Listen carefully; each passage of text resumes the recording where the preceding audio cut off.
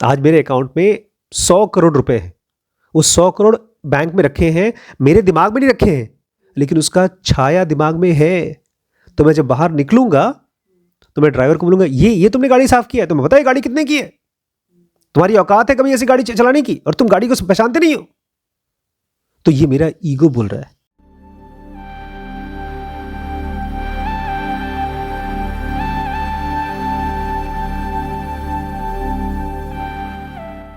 नमस्कार दोस्तों, स्वागत है आपका इस सीरीज में जिसका नाम है अघोरा, द जर्नी विथ तंत्र। कल हमने लास्ट पढ़ा था, merely curious have no business dabbling in तंत्र। और हम लोग वही हैं, हम लोग केवल क्यूरियस हैं। और तंत्र कहता है जो लोग मात्र क्यूरियस हैं, थोड़ा बहुत इंटरेस्ट है, तंत्र उनके लिए नहीं है। और हम लोग केवल क्यूरियस हैं क्योंकि हम लोग तांत्रिक नहीं बनना चाहते और फिर भी तंत्र के बारे में पढ़ रहे हैं। तो क्यों पढ़ रहे हैं? तो अब तुमको छोड़ देना चाहिए पढ़ना।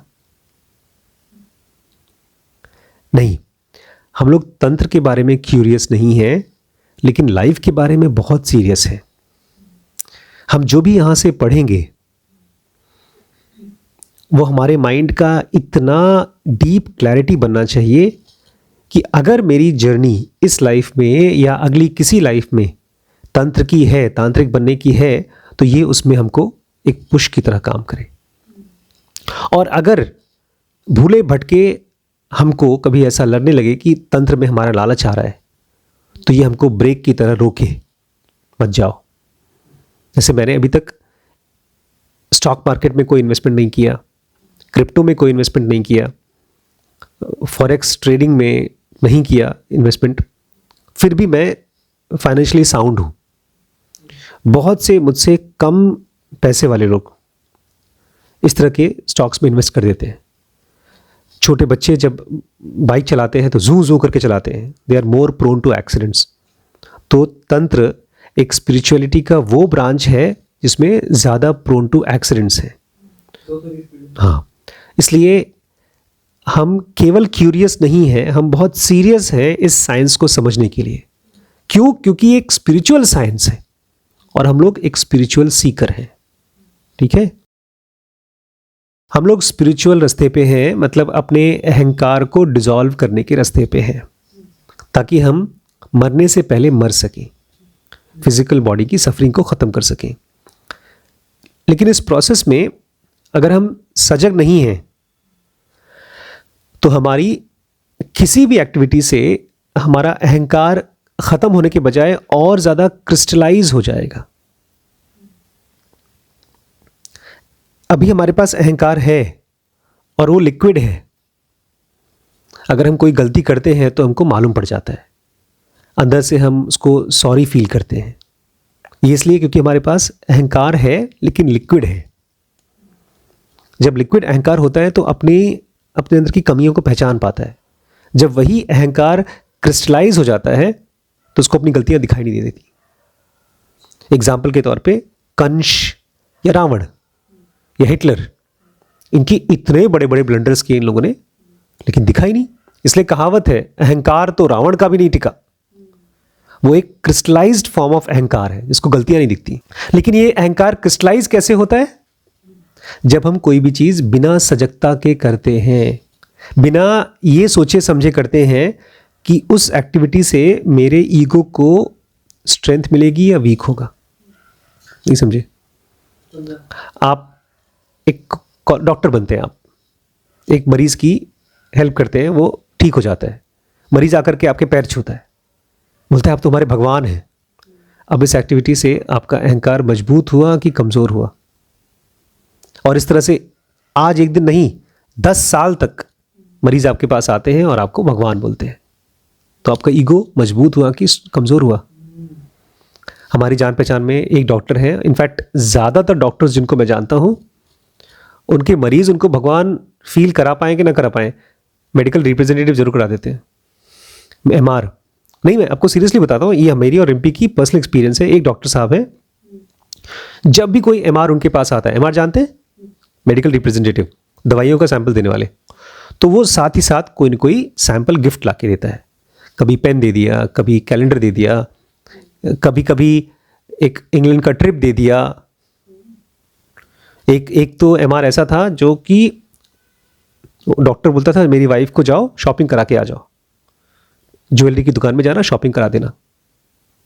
तो कराते थे, क्योंकि अगर वो दवाई की कंपनी इनसे 50 लाख का दवाई लिखवाती है, इसके बदले में 2-3 लाख की शॉपिंग, क्या दिक्कत है? वो तो वैसे भी देना है पैसा, और अपने अपने जेब से कंपनी अपनी जेब से देती है सब। लेकिन पॉइंट सुनिए, एक दिन क्या हुआ, हम दिवाली का गिफ्ट लेकर गए वो डॉक्टर साहब के पास, जिनके पास एमआर ढेर सारे गिफ्ट लेकर आते हैं। हमने उनको गिफ्ट दिया, उन्होंने लिया, रख लिया और हम वापस आ गए। दिवाली के टाइम लोग गिफ्ट देते हैं और लेते हैं, हमको मिला नहीं कुछ, आज तक नहीं मिला। मैंने कहा रिम्पी, हमने इनके लिए काजू कतली खरीदा 1200 रुपये का, इन्होंने हमको क्या दिया? तब हमको बाद में एहसास हुआ बेटा ये डॉक्टर हैं, केवल गिफ्ट लेते हैं, देते वेते नहीं किसी को नहीं। और मैं ताज्जुब इस बात पर था कि उनको खुशी नहीं हुई कि जब आप गिफ्ट देते हैं, जिसको रोज रोज रोज रोज गिफ्ट मिल रहा है उसको क्या खुशी होगी गिफ्ट पाने से। शक्ति जी हमारे दोस्त हैं, वो हमारे लिए जब भी आते थे तो कभी पेंसिल, कभी पेन, कभी 1 रुपए की चॉकलेट, कभी बहुत पैसे आ जाते थे तो कैडबरी ले आते थे। वो एक दिन उनके पास बहुत पैसे आ गए, करीब 3-4 हज़ार रुपये आ गए। वैसे उनके पास पैसे होते नहीं थे, तो पूरा कैडबरी सिल्क लेकर आए। हम लोग खुश होते थे इस बात से। और मैं गया था अभी बम्बई आप लोगों के मिलने, तो मैं अपने कज़न ब्रदर के पास गया जो कि लिटरली एमआर का ही काम करता है। तो मैं उससे मिलने से पहले एक शॉप में गया, 1500 रुपये की मिठाई और 300-300 रुपये के 2 चॉकलेट लेकर गया और दिया। तो वो पता नहीं मजाक कर रहा था या पता नहीं क्या कर रहा था, बोलता है अरे साला यूपी का लोग ये सब नौटंकी करता रहता है। मैं सोच रहा हूँ मैं इतने 2000 रुपये मेहनत के कमाए हुए पैसे मैं आपको दे रहा हूँ और इसके बदले में मैं हो गया साला यूपी का लोग ऐसा करता रहता है। और वापस आते समय मुझे कुछ नहीं मिला, कोई गिफ्ट मिला नहीं। ये होता है धीरे धीरे क्रिस्टलाइज्ड ईगो, कि आपको पता भी नहीं चलता आपके अंदर में ईगोज हैं। और क्या होता है crystallised ego? A thick layer of thoughts.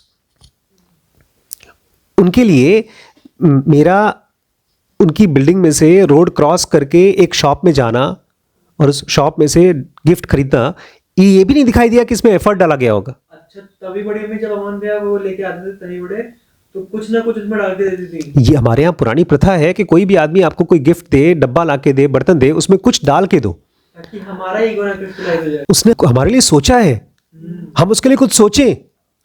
लेकिन जिनका ईगो क्रिस्टलाइज हो जाता है वो तो सामने वाले को इंसान की तरह देखते ही नहीं है, वो तो देखते हैं कि तुम्हें तो ये करना ही चाहिए था। जो दहेज वाले लोग होते हैं उनका ईगो सॉलिड क्रिस्टल फॉर्म में होता है। इसलिए, और ये खाली लेन देन के मामले में नहीं है, कोई भी एक्टिविटी जब समाज में हो रही है और आप उसको कर रहे हैं, अगर वो स्पिरिचुअल एक्टिविटी भी है और उसको अनकॉन्शियसली कर रहे हैं तो आपका ईगो क्रिस्टलाइज हो जाएगा। ये पुपुल जयकर इंदिरा गांधी के साथ रहती थी और वो एक्सटर्नल अफेयर्स से पता नहीं कौन सी डिपार्टमेंट की मिनिस्टर थी और वो बहुत अच्छी सोशल वर्कर थी, सोशल एक्टिविस्ट। तो कृष्णमूर्ति पूछा करते थे तुम ये क्यों कर रही हो? तो बोलती थी समाज के लिए। बोलते लेकिन अपना चेक करो, तुम्हारा ईगो मजबूत हो रहा है कि कमजोर हो जाने से? अगर ये नहीं करोगी तो क्या तुम डिस्टर्ब होगी? अगर डिस्टर्ब होगी इसका मतलब तुम्हारा ईगो क्रिस्टलाइज हो रहा है, इसको करने से डिसॉल्व नहीं हो रहा है। अगर तुम डिस्टर्ब हो इसका मतलब तुम्हारे अंदर में इस काम को करके ईगो और मजबूत हो रहा है। जैसे अगर वो काम नहीं किया एक हफ्ता 2 हफ्ता तो मतलब ईगो क्रिस्टलाइज हो चुका भाई मैं जा रही हूँ, बाहर लोगों को हेल्प कर रही हूँ, गरीबों को खाना बांट रही हूँ और वो नहीं कर पा रही हूँ तो मैं परेशान हूँ। गरीबों के लिए नहीं परेशान हूँ, मैं अंदर से परेशान हूँ, मैं कर नहीं पा रही हूँ। हर एक एक्टिविटी एक तरह की सेल्फ डिल्यूजन बन जाती है कि ये मैं हूँ, ये मैं करने वाला हूँ। मैं एज ए डॉक्टर देखता हूँ कि जो कुछ भी मैं करता हूँ, कभी भी कोई डायग्नोसिस किया हो, कभी किसी का इलाज किया हो, वो मेरी वजह से नहीं हुआ है, वो मेरा खाली हाथ लगा है, हुआ तो किसी भगवान की वजह से हुआ है। मैं खाना खाता हूँ, बीमार पड़ता हूँ, मैं दवाई खाता हूँ और मैं ठीक हो जाता हूँ। ये सब में मुझे लगता है लाइफ का एक बड़ा रोल है, क्योंकि बहुत से लोग को दवाई नहीं मिलती, बहुत से लोग ठीक नहीं हो पाते, बहुत से लोग की डायग्नोसिस नहीं हो पाती, लेकिन मेरे साथ हो पाया। और मेडिसिन में तो इतना मुश्किल है चीज़ों को पहचानना, डायग्नोसिस करना, कि बहुत आसान है आपको ये फील करना कि आप ही भगवान हैं, आप ही लोगों को ठीक कर रहे हैं। अभी आज एक लड़का बेचारा वही कंफ्यूज था, मैं उससे बात कर रहा था, माइक्रोसॉफ्ट का लड़का बोलता है मैं माइक्रोसॉफ्ट का एम्प्लॉई हूँ और मैं बहुत अच्छा हूँ अपने काम में, कोडिंग बहुत अच्छा करता हूँ, लेकिन घर में लोगों को पहचान नहीं समझा नहीं पा रहा हूँ कि मैं क्या करूँ। मैं अपने फैमिली बिजनेस नहीं कर सकता बिकॉज मैं लोगों को ठीक से मैं डील नहीं कर पाता हूँ। मम्मी से मैं कायदे से बात नहीं कर पा रहा हूँ, नहीं समझा पा रहा हूँ कि मुझे शादी नहीं करनी, मुझे फोर्स करी शादी करने के लिए। मैंने कहा तू सॉफ्टवेयर इंजीनियर है? बोलता हाँ। मैंने कहा तू वही कर, तू वही है, तो बाकी काम मत कर। फिर उसको मैंने एक फ़ोटो भेजा और उसको देख करके खूब हंसा। उसमें एक फ़ोटो है जिसमें एक कैरेक्टर है, उसको बोलते हैं शेल्डन। शेल्डन एक गीक है, एक जीनियस है। वो जीनियस बोलता है अच्छा तुम लोग मजाक उड़ा रहे हो, जब तुम किसी टेक प्रॉब्लम में फंसोगे ना तब मेरे पास आना, तब तुमसे बात करेंगे। तो खुश हो गया बेचारा। हम सबका अंदर में 24 घंटे का सबसे मेन इंपॉर्टेंट काम होना चाहिए कि कौन सा थॉट सॉलिडिफाई हो रहा है, कौन सा थॉट सॉलिडिफाई हो रहा है, कौन सा थॉट सॉलिडिफाई हो रहा है, कौन सा थॉट रिपीटेटिव हो रहा है, कौन से थॉट के लिए हमको लग रहा है ये थॉट सही है। कोई थॉट सही नहीं होता। थॉट्स दुनिया का एक रिप्रेजेंटेशन होता है, दुनिया को देखने के लिए एक चश्मा होता है। चश्मे पे लेयर जमा हो जाती है तो चश्मा काम नहीं कर रहा है। जो तांत्रिक रिचुअल्स होते हैं वो सेल्फ को खत्म करने के लिए होते हैं, ईगो को खत्म करने के लिए है। वो एक तरह की सैक्रिफाइस है, आहुति है। अल्टीमेट सैक्रिफाइस तो अहंकार का सैक्रिफाइस होना चाहिए। तो उसी को करने का एक तरीका है तांत्रिक रिचुअल्स। आप जड़ी बूटियों का इस्तेमाल करते हैं, मिनरल्स का इस्तेमाल करते हैं और जानवरों का इस्तेमाल करते हैं, लेकिन ये सब सेकेंडरी ऑफरिंग है। जो मेन ऑफरिंग है वो तो आपका लिमिटेड सेल्फ का, अपने अहंकार का ऑफर करना है एक तपस्या की आग में। उसमें आप अपने आप को डाल देते हैं। पंच मकर का जो रिचुअल किया जाता है उसमें आग एक फीमेल है जिसमें आदमी अपना सीमन ऑफर करता है। ठीक वैसे जैसे हवन कुंड में वो स्वाहा स्वाहा करते हैं तो आग में हम डालते हैं घी। ऐसे ही यहाँ पर जब मेल फीमेल का तांत्रिक सेक्स होता है, अब बहुत मुश्किल है बिकॉज सेक्स के बारे में सोचते ही दिमाग डिस्टर्ब हो जाता है। हम यहाँ पर बात कर रहे हैं कि एक हवन कुंड है और जिसमें आप डालेंगे घी। अब जो आदमी तामसिक होगा बोलेगा अरे वाह, मैं तो वैसे ही सेक्स करना मुझे मजा आता था, अब तो मैं ढेर सारे लोगों के साथ हवन कुंड करूंगा। वो ये भूल ही जाता है, उसको पता ही नहीं चलता कि ये क्या बात हो रही है। तंत्र कहता है जो नॉर्मल आदमी का सेक्स है वो उसमें कोई सैक्रिफाइस नहीं है। दो लोग जब सेक्स करने के लिए इकट्ठा होते हैं तो वो अपने अपने आप को प्लेजर देने के लिए इकट्ठे होते हैं, वो अपने ही लस्ट को पूरा करना चाहते हैं। हमारे अंदर में एक निकली इच्छा और उसको पूरा करने के लिए लोग सेक्स करते हैं। और बहुत कम लोग होते हैं जो अपने पार्टनर को भी बोलेंगे ठीक है भाई तू भी सेटिस्फाइड हो ले। मतलब सेक्स करने के लिए एक आदमी गया अपनी बीवी के साथ या गर्लफ्रेंड के साथ, उसको क्या चाहिए, उसको अपना सेटिस्फैक्शन चाहिए। इस प्रोसेस में अगर उसकी बीवी खुश तो ठीक है, ना खुश तो मेरी बला से। तांत्रिक सेक्स की शुरुआत कब होती है? जब एक आदमी ने अपना खुद का पर्सनालिटी को पूरा डिसॉल्व कर दिया है, खत्म हो गया है। एक ये ऐसा कॉलेज है जिसमें आपकी एंट्रेंस ही तब होती है जब आपका ईगो खत्म हो गया है तांत्रिक में। और तांत्रिक कौन है? जो अपने आप को ऑफर करता है अपनी डिटी के लिए, अपने देव के लिए, जो कि एक तरह से यूनिवर्स का इनकारनेट है। जैसे आजकल हम लोग अगर जेनोगा पढ़ रहे हैं और पढ़ा रहे हैं तो उसमें हमारे को तो क्लैरिटी मिल रही है, लेकिन उसको बना करके हम अपने डिटी को हेल्प नहीं कर रहे हैं, हम उसको धन्यवाद बोल रहे हैं। क्योंकि जो भी डिटी होते हैं उनको ग्रेटिफिकेशन नहीं चाहिए होता, उनका लाइफ का पर्पस चल रहा है। उस पर्पस को जब आप एक तरह से पार्ट प्ले करते हैं, उनको पूरा करते हैं, then you are saying thank you to the dt.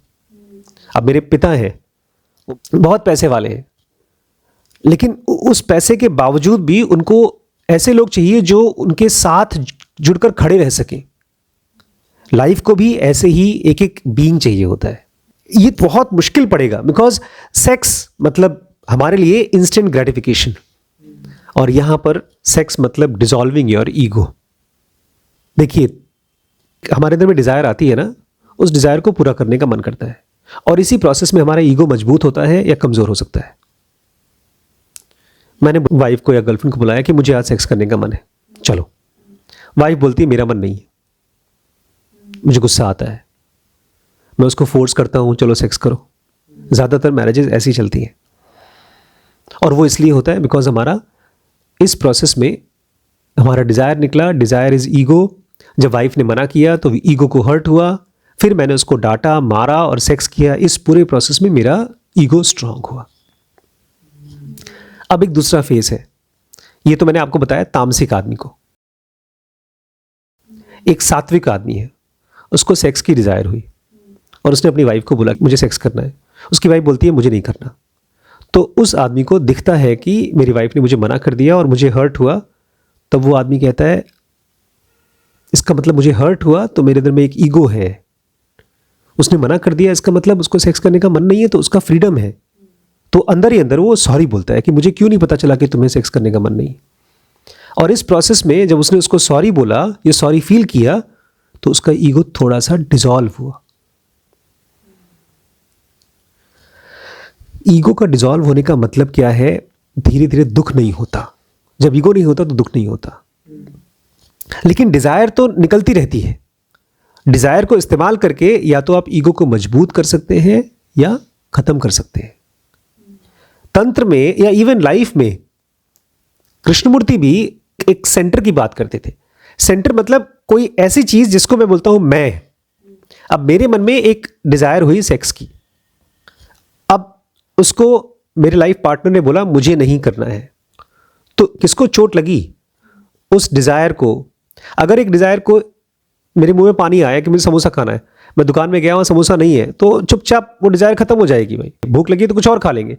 लेकिन अगर मेरे अंदर कोई ऐसी चीज है जिसको खराब लग रहा है, और वो खराब लग रहा है और लग रहा है और लग रहा है, आज भी लग रहा है, कल भी लग रहा है, परसों भी लग रहा है, इसका मतलब कोई ऐसी चीज है जो पेनफुल है, जो खराब है, उसको बोलते हैं ईगो। और वो मैं बचा के रख रहा हूं कि अच्छा तुमने मना किया है, तुम सेक्स नहीं करोगी, जब तुमको करने का मन करेगा तब बताऊंगा।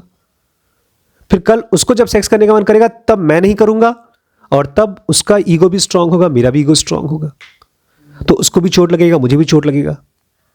तो इस तरह से हम अपनी लाइफ की एक्टिविटीज के थ्रू या तो और स्केल इकट्ठा करना शुरू कर देते हैं, परत दर परत इकट्ठा करते हैं, थॉट्स की, एक्सपीरियंसेस की, इमोशंस की, और मजबूत होता है ईगो।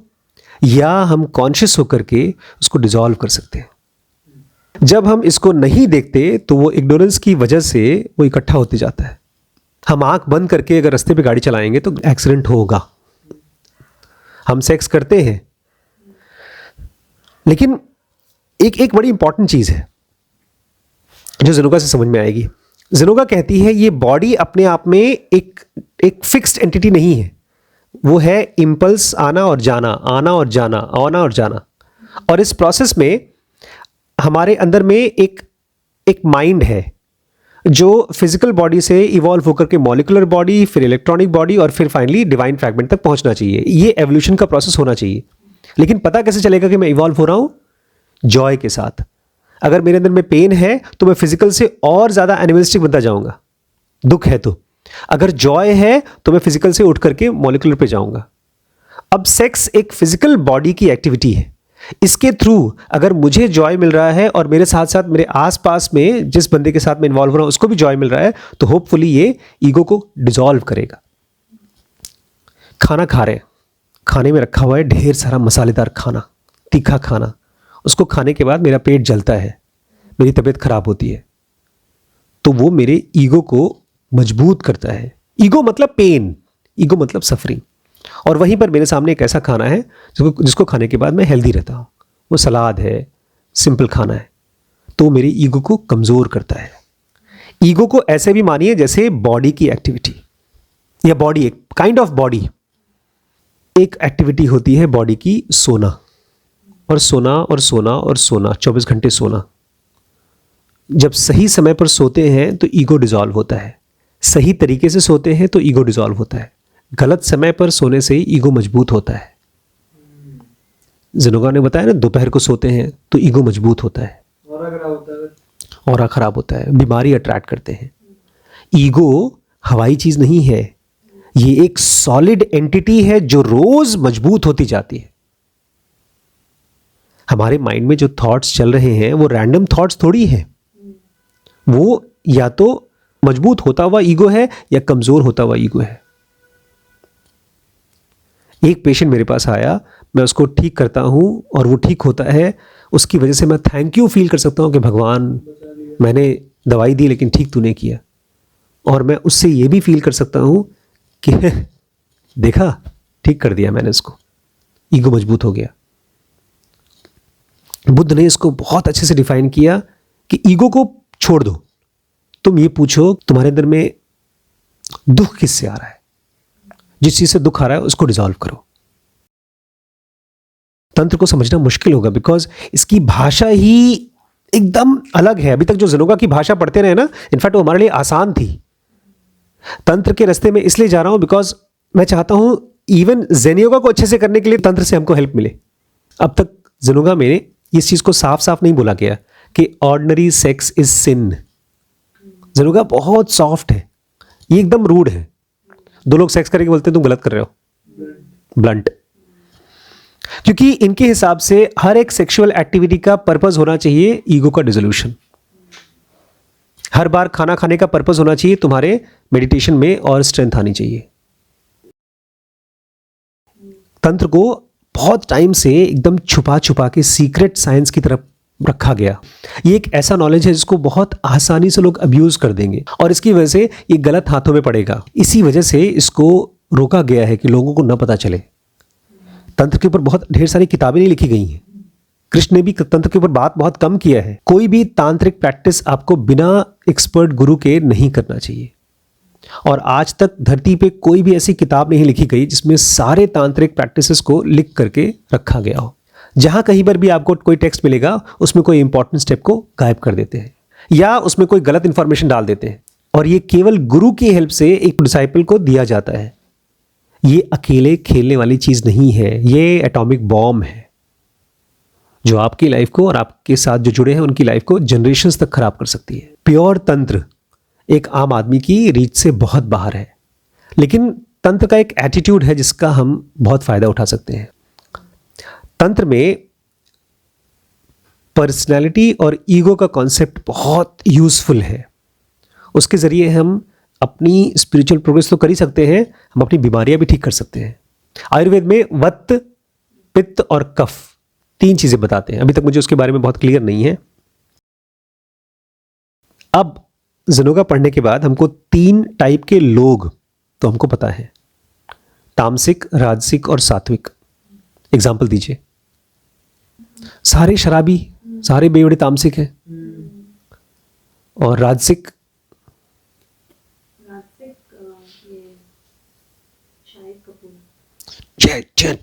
ठा करने वाले लोग। एक हमारे विवेक बिंद्रा बेचारे ठक ठक ठक ठक ठक ठक दौड़ दौड़ के काम करने वाले, वो राजसिक है। और सात्विक डॉक्टर पीजे सर, वो तो है नहीं लेकिन कोई फेमस पर्सनालिटी,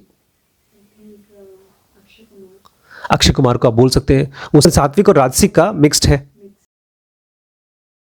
बहुत से तंत्र के हर्बल और मिनरल प्रिपरेशंस जो होती हैं वो तंत्र का पार्ट है और उसको हम देख सकते हैं कि वो एफिशिएंट है कि नहीं। आवाज और रोशनी को जिस तरह से हम समझते हैं, अगर हम तंत्र को अच्छे से समझ जाएं तो एक नया ही क्रांति हो सकता है। Mantra and visualisation, sound is equal to mantra. अगर हम मंत्रों को रिपीट कर सकें जैसे तांत्रिक करते हैं तो हम चीजों को क्रिएट कर सकते हैं और डिस्ट्रॉय कर सकते हैं। अगर हम मेंटल विजुअलाइजेशन कर सकें जैसे तांत्रिक करते हैं तो हम यहां बैठे बैठे बिना कोई इन्वेस्टमेंट के घर बना सकते हैं, ऐसा तांत्रिक साइंस कहती है। और अभी आगे पढ़ेंगे। जब तक हमारा ईगो डिसॉल्व नहीं होता आप तंत्र के लायक ही नहीं होते, तब तक आपकी पढ़ाई शुरू नहीं होती। या एटलीस्ट आपको क्लियर हो जाए, हम लोग अभी वो स्टेज पर हैं जहां पर हमारा ईगो तो डिसॉल्व नहीं हुआ है लेकिन हमको क्लियर है कि हमारा ईगो पैरों में गड़ा हुआ कांटे की तरह है, उसको निकालना है हमारा काम। हमारे लिए सबसे बड़ा दुश्मन हमारा ईगो है। अगर ये भी आपके साथ हो सके तो आप क्या बोलते हैं स्कूल में, प्रेप क्लास में आप घुस सकते हैं। स्कूल में तो नहीं घुस सकते, लेकिन आप यूकेजी में तो जा ही सकते हैं। अभी हमारे लिए ना विजुअलाइजेशन मुश्किल है क्योंकि थॉट्स की बाढ़ आती है, और सेकेंडली हमारे लिए विजुअलाइजेशन इसलिए भी मुश्किल है क्योंकि विजुअलाइजेशन की कोई वैल्यू नहीं है हमारे लिए। ज़ेनुगा में भी विजुअलाइजेशन बोला गया है, आपको विजुअलाइज करना है यहाँ से लाइट आ रही है, यहाँ से लाइट आ रही है, पढ़ा है, यहाँ से लाइट आ रही है। ये मुश्किल है क्योंकि थॉट्स की बाढ़ है। विजुअलाइजेशन की जो टेक्निक होती हैं वेस्ट में यूज़ कर रहे हैं, आपको आंख बंद करके अपने अंदर में ये बोलना होता है। ये प्रैक्टिसेस इंग्लिश मेडिसिन में लोग ट्राई कर रहे हैं कि आपको बोलना होता है कि कैंसर को आकर के फिशेस काट करके खा के ले जा रही हैं, ऐसे ऐसे करके कि वो ख़त्म हो रहा है। आप विजुअलाइजेशन करते हैं तो बहुत से लोग बोलते हैं कि उससे भी ठीक होता है। एक और नई टाइप की डिजीज़ जब मैं MBBS करने गया था तब मुझे पता चला था, उसको बोलते हैं ऑटो इम्यून डिजीज़। जानते हैं क्या होती है? एड्स है। हाँ, वो ऑटो इम्यून डिजीज़ एक टाइप का ऑटो इम्यून डिजीज़ है। ऐसे ढेर सारे ऑटो इम्यून डिजीज़ होते हैं। ऑटो इम्यून मतलब हमारा इम्यून सिस्टम जो कि एक तरह से बॉडी के सैनिक हैं जो बीमारियों से लड़ते हैं, वो सैनिक हमारे ही बॉडी पर अटैक करना शुरू कर देते हैं, तो उसको बोलते हैं ऑटो इम्यून डिजीज़। वो बहुत से टाइप के होते हैं, खून में अलग अलग टाइप के ऑटो इम्यून डिजीज़ होते हैं, लंग्स में होते हैं। कहीं पर भी अगर ऑटो इम्यून डिजीज़ है तो डॉक्टर्स बहुत मुश्किल हो जाते हैं क्योंकि आपके बॉडी के ही जो सैनिक थे जो फाइट करके बीमारी से लड़ते थे, आपको उन्हीं को मारना है। तो फिर वो जब आदमी की इम्यूनिटी कमज़ोर होती है, अलग अलग बीमारी आ जाती हैं। It's a difficult thing. तंत्र कहता है ऑटो इम्यून डिजीज़ का मतलब ये है हमारा ईगो बेचारा भूल जाता है कि उसका अपना क्या है और पराया क्या है। जैसे हमारा इम्यून सिस्टम फिलहाल आपका, मेरा, हम तीनों का ऐसा है कि बॉडी क्या है और क्या चीज़ बैक्टीरिया है वो पहचानती है। लेकिन जब हमारा auto immune system memory loss हो जाती है, वो पहचान नहीं पाता कि ये अपना है, ये अपना है, ये अपना है, ये अपना है, और ब्लाइंडली चक्कू मारती रहती है, तो वो है ऑटो इम्यून डिजीज़, जहाँ पर आपका अपना ईगो भूल जाता है अपना और पराया के बीच में डिफरेंस कर पाना। तो ये है ऑटो इम्यून डिजीज़। बहुत से न्यूरो लिंग्विस्टिक प्रोग्राम्स में इस प्रोसेस को यूज़ किया जाता है, विजुअलाइजेशन को ऑटो इम्यून डिजीज़ को ठीक करने के लिए। और बहुत से खराब हैबिट्स हैं उसको भी ठीक किया जा सकता है विजुअलाइजेशन से। देखिए, बताया जा रहा है कि आप तांत्रिक नहीं हो सकते, लेकिन तंत्र के एटीट्यूड को लेकर के आप बहुत सेफली अपनी बहुत सी प्रॉब्लम सॉल्व कर सकते हैं। अगर आप पहले से हेल्दी हैं, आपको बहुत गहरे लेवल की हार्मनी और हेल्थ दे सकता है। माना जाता है कि आप इमॉर्टल तो नहीं हो सकते, लेकिन एक लंबी हेल्दी लाइफ आप पा सकते हैं। संस्कृत में इम्यूनिटी मतलब है व्याधि क्षमता, जिसका मतलब है बीमारी को माफ कर पाना। अब सुनिए क्या है। जब हम ऐसे नाखून खाते हैं या गलत खाना खाते हैं या कोई भी इम्प्रॉपर लाइफस्टाइल रखते हैं, और अगर हमारा एटीट्यूड खराब है, हम अपनी बॉडी में ऐसे माहौल क्रिएट कर देते हैं जो कि कुछ टाइप के बीइंग्स के लिए अग्रीएबल है, वो वहाँ रहना चाहते हैं, और फिर हमारी बॉडी एक ऐसी कंडीशन में आ जाती है, वो बोलती है आ जाओ आ जाओ हमारी बॉडी में घुस जाओ। मतलब हम अपनी बीमारियों को इनवाइट करते हैं। एक तरह से आप एक ऐसा कंडीशन क्रिएट कर रहे हैं। मैंने ढेर सारा फैट खाया, तो मैं हार्ट की बीमारी को होने के लिए बोल रहा हूँ आ जाओ मेरे अंदर घुस जाओ, और हार्ट की बीमारी को एक भूत की तरह मानिए, और आप उसके लिए एक माहौल तैयार कर रहे हैं कि आइए, स्वागत है आपका। जैसे अगर किसी के घर में बार होता है तो मैं देखता हूँ कि अच्छा चल कि लीवर की बीमारी को इनवाइट कर रहा है, ठीक है, हम उनको बिना बोले इनवाइट करते हैं, आ जाओ हमारे साथ रहो। हम में से ज़्यादातर लोग बीमारियों को पसंद नहीं करते, हेट करते हैं, और हमको पता ही नहीं कि हमने उसको इनवाइट किया है। हर आदमी जो बीमार होता है वो बीमारी को इनवाइट ही कर रहा है। मैंने भी बीमारी को इनवाइट किया जब वहाँ पर खाना खाया, थाली खाया या ठीक से खाना नहीं खाया।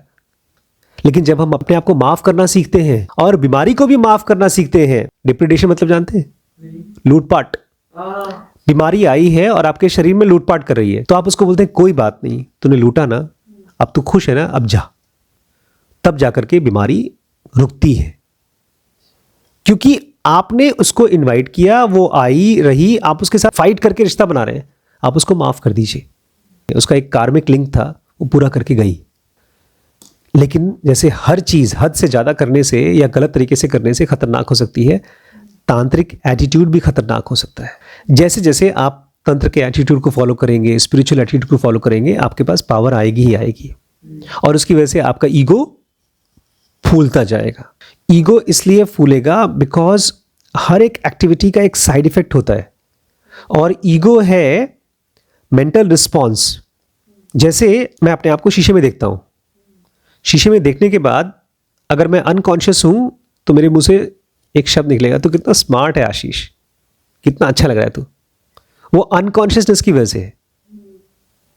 तो जो ईगो का फूलना है वो असल में कुछ हो नहीं रहा है, बट अनकॉन्शियस रिस्पॉन्स है, और कुछ नहीं है, अनकॉन्शियस रिस्पॉन्स। लेकिन वो रिस्पॉन्स तो है। एक मां अपने बच्चे को उसकी गलती पर डांटती है, उसको पता नहीं कि इससे अच्छा रिस्पॉन्स क्या है, तो वो डांट उस औरत का ईगो बन जाता है। तो मेरी बात नहीं मानेगा, मैं तेरा भला करना चाहती हूं, तेरी मां हूं। ये जो अनकॉन्शियस रिस्पॉन्स है, जब ये कॉन्शियस हो जाता है तो ईगो डिसॉल्व हो जाता है। ईगो है ही यही, unconsciousness is equal to ego. जब आप ग्रो करेंगे, जैसे बॉडी है, जब छोटी सी बॉडी होती है तो उसका ईगो भी कमजोर होता है, वो अपने आप को वीक समझता है। जब ताकतवर हो जाता है, ego is a reflection in the mind of the body. आप बॉडी से इस दुनिया में फिजिकली अमीर हो गए, वो अमीर आपके माइंड में झलकेगा, उसकी एक छाया निकलेगी, और वो छाया अगर आपको पता नहीं कि छाया है तो वो फूलता हुआ ईगो है। आज मेरे अकाउंट में 100 करोड़ रुपए है, वो 100 करोड़ बैंक में रखे हैं, मेरे दिमाग में नहीं रखे हैं, लेकिन उसका छाया दिमाग में है। तो मैं जब बाहर निकलूंगा तो मैं ड्राइवर को बोलूंगा, ये तुमने गाड़ी साफ किया है, तुम्हें पता है गाड़ी कितने की है, तुम्हारी औकात है कभी ऐसी गाड़ी चलाने की, और तुम गाड़ी को पहचानते नहीं हो। तो ये मेरा ईगो बोल रहा है। ईगो को पहचानना होगा, और तंत्र कहता है कंटिन्यूअसली इंसिनरेट करना होगा। इंसिनरेट समझते हैं? हॉस्पिटल में जब आप कोई कपड़ा यूज करते हैं, ऑपरेशन करते हैं, उसको पहनकर उस कपड़े को जाके इंसिनरेट तो जलाना होता है, उसको हम लोग गर्म करके साफ करते हैं। इंसिनरेट मतलब भट्टी में डालकर भस्म कर देना। तो जो आपका ईगो है, तंत्र बोलता है उसको भट्टी में डाल के जितना भी ईगो बनता है उसको भस्म करते जाओ। तंत्र के जरिए हम नॉर्मल लाइफ की मूवमेंट को और फास्ट करते हैं और बड़ा करते हैं, और फिर उसमें से जो कचरा है उसको डिसॉल्व करते हैं और अपने आप को फटाफट फ्री करते हैं। बाकी तरीके स्लो है, ये फास्ट है, लेकिन ये और स्लो है क्योंकि ये खतरनाक है। देखिए, जेनोगा का पढ़ने के बाद जब तंत्र पढ़ते हैं तो इन दोनों को डिफरेंट मत समझिए। जेनोगा में कोई प्रैक्टिस नहीं बताई गई है, हमको यहाँ कोई प्रैक्टिस करनी नहीं है। हमारी एक ही प्रैक्टिस है, देखिए हमारा माइंड कैसे बिहेव करता है। और सेकेंडली, तंत्र को पढ़ने से हमारे मेंटल साधनाएं, उसकी वैल्यू और बढ़ जाती है। अब तक हमको नहीं पता था कि माइंड से कुछ करने से कुछ हो सकता है, इसलिए हम अपनी इमेजिनेशन को बहुत क्रिएटिवली यूज नहीं करते थे। जो normal day to day practices है, खाना सोना वगैरह का, सेक्स का, उसके साथ हम अभी भी कैजुअल हैं। लेकिन जब आपको पता चलेगा कि नहीं ये तो बहुत इंपॉर्टेंट है, इसके ज़रिए हम अपने ईगो पर और ज़्यादा काम कर सकते हैं, जल्दी काम कर सकते हैं, तो फिर हमारी प्रैक्टिसेस मजबूत होती जाएंगी।